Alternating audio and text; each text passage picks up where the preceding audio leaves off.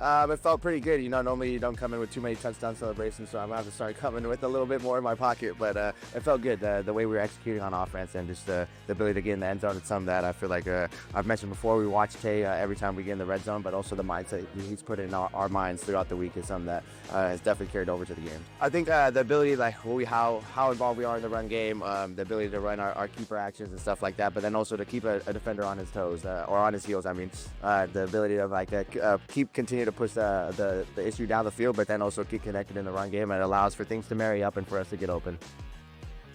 That was Puka Nacua. Yeah, you bet he headlines our weekend warriors. Him and Blake Corum might be the surprise here, but Blake Corum did the most with his 12 carries for 128 rushing yards and 2 touchdowns. Puka Nacua, 7 catches, 167 yards and 2 touchdowns. Jay, I think this is the best receiver in the entire NFL. Yeah, I'm with you there. I think like Jackson Smith and Jigba has probably had the better season overall, but if you just started the season again, give me one wide receiver, I'm taking Puka Nacua as well. I think the difference there is just his strength and the contested catch ability. There's a couple yesterday down the field where you just visually, your mind processes like, oh, that's going to get knocked out. He's going to drop that. And he just holds onto it as vice-like hands. So, yeah, Puka, not much else to say. Absolute monster. Blake Corum, I think, is going to be a bit dependent on these type of games where, if they won by 4 touchdowns, it was a blowout. They were doing whatever they wanted on the ground. But certainly, he's kind of getting into the Tyler Algier range, Matthew, where you can, for a backup, you can count on him much more than most. Yeah, it's interesting that as Connor was reading some of those stats, I was just thinking to myself, like, he's basically Tyler Algier, where he's a touchdown-dependent flex, but a better shot at a touchdown most weeks than most guys in that sort of range. He's had at least one goal-to-go rushing attempt and multiple red zone rushes in 5 of his past 7 games. And so, Sean McVay is obviously learning to trust Blake Corum, wanting to ease the wear and tear on Kyren Williams. They do like to run a little bit more when they get in close. Now, this was a blowout game, and it was also a game that Devontae Adams didn't do much. They didn't need to do much with him, but still, I agree with you. Corum might be the most important insurance running back in fantasy football right now, behind Kyren Williams. But more importantly, I do think, similar to Tyler Algier to Bijan Robinson, Corum does have standalone value as a flex play that probably needs a touchdown to pay off, but has a better chance at it than most. Matthew, I think we've found the most important equation in fantasy football, and that's subtract Marvin Harrison, add in garbage time, and Michael Wilson is the best wide receiver in fantasy football. Yeah, I mean, for those old folks in the audience that remember the Billy Bullitt to Drew Bennett connection over the course of the fantasy playoffs a number of years ago, that's what this is feeling like. Shout out to my friend Sigmund Bloom, who put out that reference on social media. Sig is totally right on that one as well. Michael Wilson is just having the craziest stretch. I've never seen an entire fantasy community root for something more than all of us are like, hey, Marvin Harrison Jr., just take your time coming back. Take your time. 3 games in which MHJ has missed, he's averaging over 30 fantasy points per game. He's got basically a 34% target share.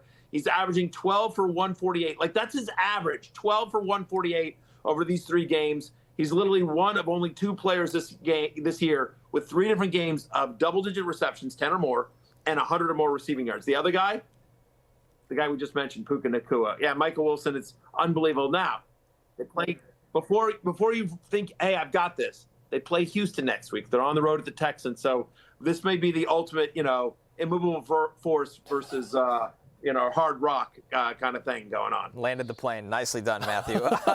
Jay, on the Seattle side of things, Sam Darnold and JSN, slow start for Seattle. It was 6-6 at halftime, and then they blew the doors off Atlanta.